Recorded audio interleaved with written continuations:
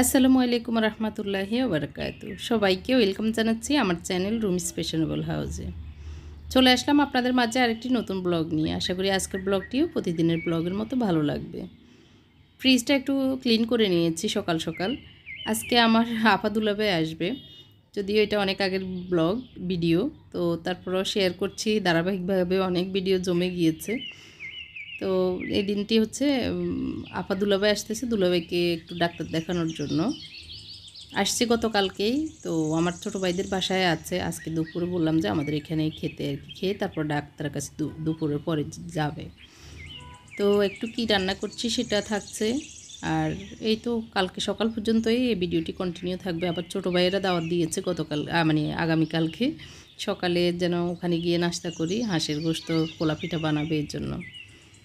তো ফ্রিজটা সুন্দর করে একটু ক্লিন করে ম্যাটগুলিও বিছিয়ে দিয়েছি। এই ম্যাটগুলি চাইলে আপনারা আমার কাছ থেকে নিতে পারেন, আমার পেজে আছে অ্যাভেলেবেল। 3টা কালার, পিঙ্ক, সবুজ আর হচ্ছে নীল। এই 3টা কালারই সুন্দর কালারগুলিও। আর এগুলি দিলে পরিষ্কার করতে সুবিধা হয়। জাস্ট ম্যাটটা বের করে ক্লিন করে আবার বিছিয়ে দিলে হয়েছে, বেশি একটা ফ্রিজ নোংরা হয় না আর কি ম্যাটের কারণে। তো আমার যেটা যেখানে যেখানে থাকা দরকার সেগুলি আবার রেখে দিচ্ছি। আর উপরের শেলফটা একটু আচার টাচার থাকে, ওই শেলফটাতে ওইগুলি রেখে দিয়েছি। এই পাতিলে একটু রসুন ছিলে রেখেছিলাম, এগুলি ব্লেন্ড করব। তো ভাবলাম যেভাবে থাকুক, আমি একটু পরে বের করে ওগুলো ব্লেন্ড করে নিই। এই আচারগুলি সবগুলোই আমার মেজায়ের দেওয়া, আমার একটাও করা, আমার মনে হয় উপরের বয়মটা আচারগুলি আমার করা আছে। তো মেজবাবি অনেক ভালো আচার বানায় এবং প্রতিবারই পাঠায়, এক এক সময় এক একটা বানালে আর কি। তো ফ্রিজটা গুছিয়ে রান্নাঘরের রান্নার আয়োজনটা অনেকটাই এগিয়ে রেখে এখন আমার রুমটা একটু গুছিয়ে নিচ্ছি।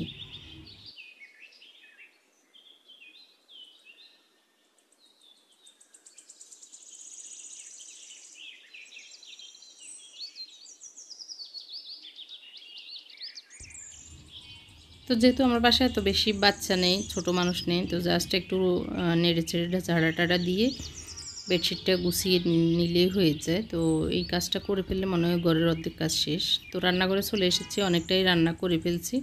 আমার জন্য সবজি রান্না করে নিয়েছি, মিক্স সবজি। আর সবার জন্য বিফ বিরিয়ানি রান্না করেছি। তো একটু জর্দার রং দিয়ে এভাবে দমে রেখে দিয়েছি নিচে তাওয়া দিয়ে আর কি। রান্না মোটামুটি শেষ, এখন আমি একদমই সিম্পল রান্না করতেছি। তো একটু ডিমের শাহি কুরমা করব, তো সেজন্য একটু পাতিল নামিয়ে নিই, ডিম সিদ্ধ করে নিয়েছি। এখন জাস্ট রান্নাটা করব আর কি। তো এই পাতিলগুলোতে অনেকেই প্রশ্ন করেন এগুলোতে রান্না করা যায় কি না। তো আমি আজকে দেখাবো, আপনারা দেখলে বুঝতে পারবেন রান্না খুবই সুন্দরভাবে হয় আর দেখতেও ভালো লাগে। এগুলি এমনি আমাদের দেশেও এখন অ্যাভেলেবেল আছে, আপনারা যারা কিনতে চান নিতে পারেন, মার্কেটে পেয়ে যেতে পারেন। হয়তো ডিজাইন ভিন্ন হতে পারে আর কি। আর এখানে আমি ডিমের কোরমার জন্য নিয়েছি অ্যালমন্ড বাদাম, তারপর কিশমিশ, বাদাম আর হচ্ছে কাঁচামরিচ, এগুলি পেস্ট করে নিব। আর পেঁয়াজগুলিকেও একটু ব্লেন্ড করে নিব। একটু লবণ দিয়ে ডিম সিদ্ধটাকে একটু মেখে নিচ্ছি, হালকা তেলে ভেজে নিব এর জন্য। আর এগুলো ব্লেন্ড করে নিই, যে ব্লেন্ড করে নিয়েছি বাদাম, তারপর হচ্ছে কাঁচামরিচ, কিশমিশ। এখন দিয়ে দিচ্ছি পেঁয়াজগুলো একটু ব্লেন্ড করে নিব। চলে এসেছি, ব্লেন্ড করা শেষ। পাতিলটা একটু শুকিয়ে যাওয়ার পরে আমি তেল দিয়ে দিচ্ছি, সয়াবিন তেল। আর হালকা আগুনে আমি ডিমগুলো ভেজে নেব। তো আজকে বিরিয়ানি আর ডিমের কোরমা আর সালাদ, এটাই। আর সবজি তো আমাদের জন্য নিয়েছি, কোনো মাছ টাছ করছি না, এভাবেই আজকে সিম্পল দাওয়াতের আয়োজন আর কি।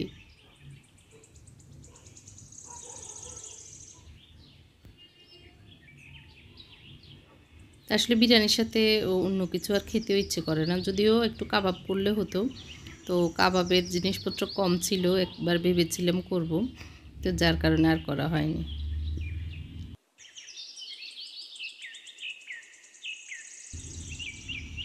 তো এই তো হালকা ভেজে নিয়েছি, এখন আমি উঠিয়ে নিচ্ছি।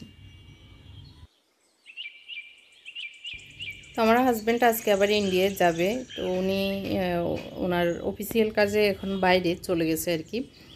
তো বিকেলে একবারে এসে রেডি হয়ে নিবে।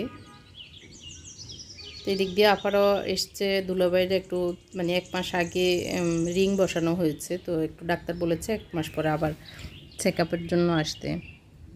এর জন্যই তো আমি ডিমগুলো উঠিয়ে ওই তেলে আমি দিয়েছিলাম একটু এলাচ, দারচিনি, তেজপাতা।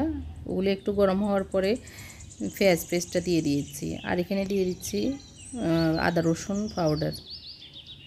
এখানে আদা রসুন পাউডার ছাড়াও পেস্টটাও দেওয়া যায়, কোনো সমস্যা নেই। তো এগুলোকে ভালো করে ভেজে নিব, কিছুক্ষণ নেড়ে চেড়ে এভাবে ভেজে নিব। এখন দিয়ে দিচ্ছি এগুলি, পেঁয়াজটা ভালো করে ভেজে নেওয়ার পরে কাঁচামরিচ আর বাদামের পেস্টটা দিয়ে দিয়েছি, দিয়ে আবারও ভালো করে একটু ভেজে নিব। অনেকক্ষণ ভেজে নেওয়ার পর দিয়ে দিচ্ছি লাল মরিচ পাউডার, জিরা পাউডার আর হচ্ছে ধনিয়া পাউডার, দিয়ে আবার একটু নেড়ে চেটে নিচ্ছি।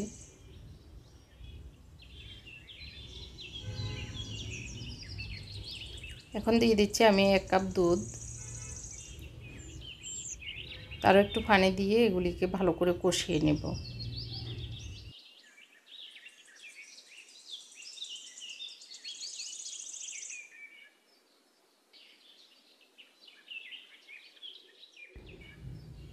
ঢাকনা দিয়ে ফুটে ওঠা পর্যন্ত অপেক্ষা করব। ফুটে উঠলে আমি এখানে একটু লবণ দিয়ে দিব, কারণ সিদ্ধ করার সময় লবণ দিয়েছি। তো বেশি না দিয়ে একটু পরিমাপটা ঠিক রেখে সামান্য একটু ঝোলের পরিমাপে লবণ দেওয়া আর কি। তো এই ঝোলটা ভালো করে ফুটে উঠেছে, দেখতে পেরেছেন। তো এর ভিতরে আমি ডিমটা দিয়ে দিয়েছি, ডিমটা ঢাকনা দিয়ে রেখে দিই। এটা হতে হতে চলেন একটু সালাদটা তৈরি করে নিই। তো ওইখানে আমি একটু অন্য কিছুই দিব না, শসা, শসা বলতে একদম কচি দেশি শসা নিয়েছি, আর হলো ধনিয়া পাতা দিব, কাঁচামরিচ দিব। এটা দিয়ে আজকে সালাদটা তৈরি করে নিচ্ছি। তো একটু কুচি কুচি করে কেটে নিচ্ছি, যে যেভাবে আসলে করে আমি আমার মতো করেই করে নিচ্ছি। আর চামড়াটা আমি সবগুলো ফালাইনি, কারণ হচ্ছে একদম কচি তো খেতে ভালো লাগবে চামড়াটা সহ, তো একটু রেখে দিয়েছি। আর দেখতেও ভালো লাগবে, একটু সবুজের ছোঁয়া থাকবে। তো আপাতত আবার চলে যাবে, এই জন্য বললাম যে আজকে দুপুরে এখানেই খান। আবার আমার ভাগ্নিও আছে, ভাগ্নির জামাই চৈদি চলে গিয়েছে, তো ওরা মোর সাথে চলে যাবে। তো এই জন্য ওরা বিকেলে আসবে আর কি। ওর শ্বশুর বাড়িতে আছে ভাগ্নিটা।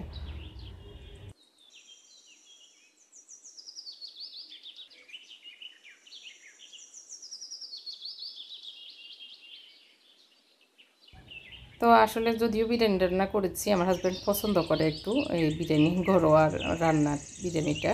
তো আমার আসলে বিফ বিরিয়ানিটা ভালোই হয়, সবাই পছন্দ করে। বিফ কেন, মানে মাটন বিরিয়ানিটাও আমি জটপট করি, কিন্তু খুব টেস্ট হয়, সবাই খুব প্রশংসা করে। তো আমার হাজব্যান্ড হয়তো খেতে পারবে না, দুপুরে উনি থাকবেন না। এই তো এর ভিতরে কুটাকাটি শেষ, এখন একটু লবণ দিয়ে মেখে টেবিলে দিয়ে দিব, একটু সরিষার তেল দিব। আর এখানে প্রায় শুকিয়ে এসেছে, এর ভিতরে আমি একটু ভিনেগার দিয়ে, সিরকা বা ভিনেগার যেটা হোক ওইটা দিয়ে দিচ্ছি, আর একটু রোজ ওয়াটার দিয়ে দিচ্ছি সামান্য একটু পরিমাণ। আর ভিনেগার আমি দিচ্ছি কারণ আমার কাছে লেবু নাই, এই কারণে লেবু থাকলে লেবুর রস দিলেও হয়। আর একটু পেঁয়াজ বেরেস্তা দিয়ে আর একটু আমি পানিটা শুকিয়ে নিচ্ছি আগুনটা বাড়িয়ে। একটু লবণ, সরি, একটু চিনি দিয়ে দিয়েছি স্বাদের ব্যালেন্স হওয়ার জন্য। তো এখন ঢাকনা দিয়ে এটাকে আরেকটু রান্না করে নিচ্ছি। তো তার আগ দিয়ে আমি টেবিলটা গুছিয়ে আসি, এটাও পানিটাও একটু শুকিয়ে নিই, টেবিলে একটু প্লেট দিয়ে দিই।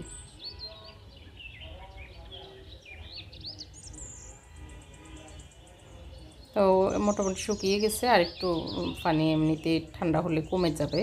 তো এর জন্য এখন আরেকটু উপরে পেঁয়াজ বেরেস্তা ছিটিয়ে দিয়ে আমি চুলাটা বন্ধ করে দিচ্ছি। তো হয়ে গেছে আমার আজকে দুপুরের মোটামুটি জটপট রান্না। তো এখন আমি একটু আগুন দিয়ে ভালো করে ভেজে নিচ্ছি, মনে হচ্ছে যে আরেকটু ভালো করে ভাজা হলে ভালো লাগবে, এর জন্য আগুনটা বাড়িয়ে ভালো করে উল্টিয়ে পাল্টিয়ে কুস্তো বেশি করে দিয়ে একদম ভালো করে রান্নাটা করে নিয়েছি। তো একটু উল্টিয়ে পাল্টিয়ে নেড়ে চেড়ে দিচ্ছি।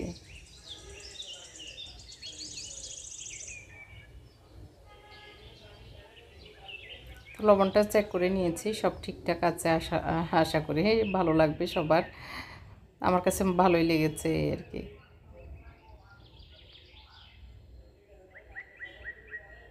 তো এর ভিতরে আমি বেড়ে নিয়েছি সবার জন্য, আর সবজিও দিয়েছি, আপা যদি খায় আর কি।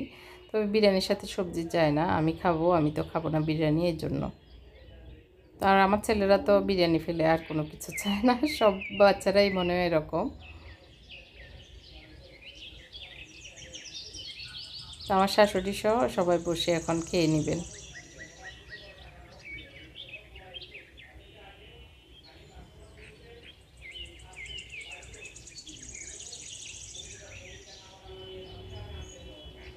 তো আমার শাশুড়িকে আমি একটু সালাদ সহ ডিম দিয়ে দিচ্ছি, উনি একদম কম খায়, অল্প অল্প। তো এই তো এরপরে খাওয়া দাওয়ার পরে পরেই আপারা চলে গিয়েছে হসপিটাল, ইবনে সিনা হসপিটালে আর কি। তো আরেকটু পরে এই ভাগ্নি এসেছে নাতিন নিয়ে। তো ওদেরকে আবার দাওয়াত দিয়েছে রাতে আর কি, আমার ছোটো ভাইয়ের বউ, ওরা ওখানে থাকবে, খাবে ওখানে। আপা এখানে থাকবে না আজকে, যেহেতু আমার শাশুড়ি আছে, আমাদের ঘরের জায়গার সংকট আছে। তো এই তো আমি আমার সুন্দরী নাতিনটাকে একটু কোলে নিয়ে নিচ্ছি। মাশাল্লাহ মাশাল্লাহ। তো এই তো আদর্শ ওয়াক চলছে, আর নাতিনকে নিয়ে সময়টাই বিকেল টাইমটা কাটাবো। তো এরপরের দিন, এটা হচ্ছে পরের দিন, আমরা আসলে ওরা চলে গিয়েছিল, আপর হসপিটাল থেকে ভাইদের বাসায় চলে গেছে, আর ভাগ্নিও চলে গিয়েছিল মাগরিবের পর পর আর কি। তো আমি পরের দিন এখন প্লেট বাটি যেগুলো অতিরিক্ত বেরিয়েছে সেগুলো একটু রেখে দিচ্ছি। আর রাতেই আমার ছোটো ভাইয়ে দাওয়াত দিয়েছে সকালে ওদের বাসায় একটু নাস্তা খাওয়ার জন্য।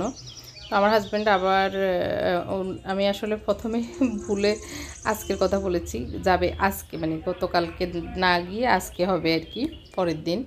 তো আজকে উনি যেহেতু ইন্ডিয়া চলে যাবে, এর জন্য ও অফিসিয়াল কিছু কাজকর্ম স্টাফদেরকে বুঝিয়ে দেওয়ার জন্য অফিসে চলে গিয়েছে। তো ওকে সবাই দাওয়াত দিয়েছে, তো উনি এসে আবার মানে অ্যাটেন্ড করবে 11টার দিকে হলেও। কিন্তু আমি অপেক্ষা করতেছিলাম উনি আসলে যাব। আমার ভাই বলতেছে খিদে লাগছে, তাড়াতাড়ি আসেন। তো আমি এগুলি গুছিয়ে দিয়ে এখন বেরিয়ে যাব, দেখি ওনাকে ফোন দিয়েছি, উনি বললো তুমি যাও, আমি এদিক থেকে যাব। তো ওনার মিটিংও শেষ হয়ে গেছে প্রায়, তো আস্তে আস্তে যতক্ষণ লাগে আর কি আমি এদিক থেকে চলে যাব। আমার শাশুড়িকে তো নিতে পারতেছি না, উনি আসলে যেতে পারবেন না, তো ওনাকে খাইয়ে দিয়েছি, খাইয়ে এখন আমি জিনিসপত্র রেখে টুকটাক কাজকর্ম করে দাওয়াত দিয়েছে সকালের নাস্তা ওদের বাসায় গিয়ে করতে, হাঁসের গোস্ত দিয়ে রুটি দিয়ে। আসেন আসেন। আছি নাই, দাঁড়ো ভাই ভাই, শুধু চলো তো, চলো চলো।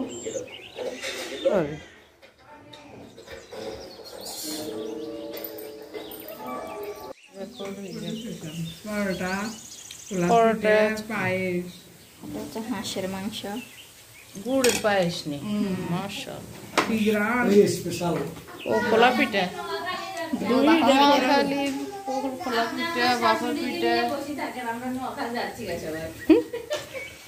তো খাওয়া দাওয়া করে অনেকক্ষণ অপেক্ষা করেছি, উনি যেতে পারেননি, তো বললো যে তুমি নিয়ে আসো আমার জন্য, তো ওনার জন্য দিয়ে দিয়েছে ছোটো ভাইয়ের বউ।